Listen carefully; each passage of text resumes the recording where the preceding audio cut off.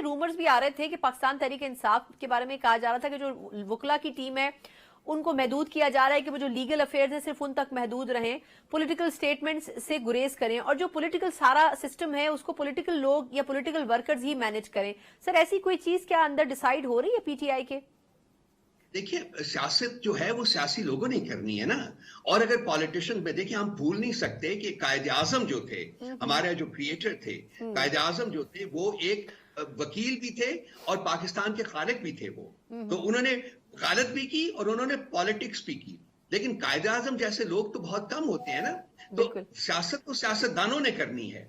इसलिए हमारी भी जो अंडरस्टैंडिंग है वो यही है कि सियासत सियासतदानों पे रहने दीजिए। वकला का एक अपना काम है और जो किसी सूरत में सियासत का काम अहम नहीं है तो उनको करें। लेकिन ऐसे लोग जो हैं वो जब आएंगे तो लाजमी बात है कि थोड़ी बहुत सियासत तो वो भी करेंगे।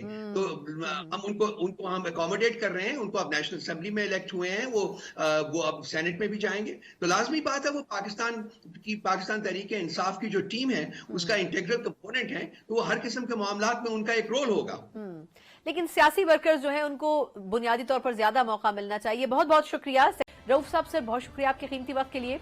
सर सबसे पहले तो जो आज का हॉट इशू था कि डोनाल्ड ब्रूस साहब ने गुफ्तगू की और उन्होंने जो खारजा उमूर की कमेटी थी उसमें वाज़ेह तौर पर यह कह दिया कि पाकिस्तान तहरीक इंसाफ का साइफर के हवाले से जो कुछ कहना है वो सरासर गलत है। तो सर अब फिर वो कहां पर स्टैंड करता है? वो सारा बयानिया, वो सब कुछ जो कि पीटीआई की तरफ से पिछले कुछ अरसे से कहा जाता रहा था साइफर के बारे में। थैंक यू, आपने मुझे इनवाइट किया। देखिए, जो शख्स, कोई भी शख्स हो, अगर वो गलत काम करे तो क्या वो इस किस्म की हेयरिंग में मानेगा कि वो गलत काम किया है? तो ये तो हम उम्मीद ही नहीं कर रहे थे कि वो कंसीड करेगा कि हाँ हमने गलत काम किया है। हाँ, हम ये जरूर उम्मीद कर रहे थे कि सवालात उठेंगे और उस साइफर के ऊपर, और वो सवालात उठे। कम से कम 2 या 3 कांग्रेसमैन ने बहुत बेसिक क्वेश्चंस पूछे और डोनाल्ड ब्रूस साहब की जो बॉडी लैंग्वेज थी वो सारा बयान कर रही थी कि वो जो उनके अंदर है वो जुबान पर नहीं ला सक रहे। और साफ उनके चेहरे से आया था कि उनके कहने और एक्चुअली होने में बहुत सा तजाद मौजूद है। सो मेरा ख्याल है कि बहुत कुछ हासिल कर लिया है इसके ऊपर।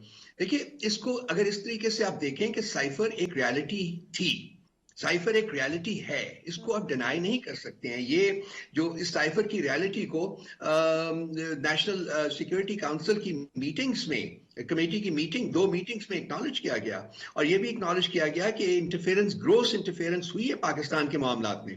तो ये वर्ड कंस्पिरेसी का अगर आप ना यूज करें तो क्या ग्रोस इंटरफेरेंस जो है वो ऑब्जेक्शनेबल नहीं है? वो हमारे मामलात में जो ग्रोस इंटरफेरेंस जो हमारे नेशनल सिक्योरिटी कमेटी की मीटिंग्स में एक्नॉलेज किया गया, और उनमें से एक कमेटी की मीटिंग को शहबाज शरीफ साहब ने प्रिजाइड किया था। तो ये एक हकीकत है, इसको डिनाई तो अब कर नहीं सकते। अब ये मामला हो चुका हुआ है। मेरा ख्याल है कि अब वक्त है कि इनको इनकी फेस वैल्यू के ऊपर हम लेना छोड़ दें, बल्कि जो हकायक हैं उनको हम फेस करें और देखें कि हाँ, पाकिस्तान के मामलात में इंटरफेरेंस हुआ है जिसके नतीजे में इमरान खान साहब की हुकूमत को अनकॉन्स्टिट्यूशनली और इलीगली रिमूव किया गया था। और अब देखिए, उसके बाद से अब देखिए 2 साल हो गए हैं और पाकिस्तान जो है वो मसाइल में घिरा हुआ है और ऐसा लग रहा है कि ये मसाइल मजीद गंभीर होंगे। सो बेहतर तरीका ये होता है कि आप हकायक को एक्नॉलेज करके उसमें से निकलने की कोशिश करें, वो एक बेहतर तरीका होता है। लेकिन अनफॉर्चुनेटली वो हमने अडॉप्ट नहीं किया।